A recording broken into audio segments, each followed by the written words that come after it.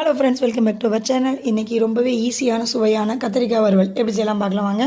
அதுக்கு இன்றைக்கி நான் 400 கிராம் அளவுக்கு கத்திரிக்காய் எடுத்திருக்கேன். அதை இந்த மாதிரி நீளவாக்கில் அரிஞ்சு எடுத்துக்கணும்.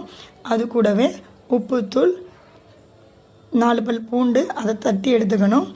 அதுக்கப்புறமா கொஞ்சம் 2 கை அளவுக்கு தண்ணி அதை நல்லா பிணைஞ்சிட்டு, அது கூட நமக்கு காரத்துக்காக இன்றைக்கி நம்ம சாம்பார் தூள் மட்டும்தான் சேர்க்க போகிறோம், வேறு எதுவுமே சேர்க்க போகிறதில்ல.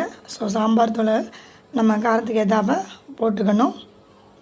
நான் இன்றைக்கி 2 கை போட்டிருக்கேன். போட்டு நல்லா பிசைஞ்சு எடுத்து ஒரு 5 நிமிஷம் ஊற விடுங்க. அது நல்லா சாஃப்டாகிடும். அதுக்கப்புறமா ஒரு கடாயில் எண்ணெய் ஊற்றி அதை நம்ம பிசைஞ்சு வச்சுருக்கோம்ல மசால் பொடி போட்டு அது கூட அந்த எண்ணெயில் சேர்த்து நல்லா கிண்டி விடணும். அடுப்பை மீடியம் ஃப்ளேமில் வச்சுக்கோங்க. நல்லா பரட்டி விட்டுட்டு இருங்க. ஒரு 5 நிமிஷத்தில் ரெடி ஆகிடும்.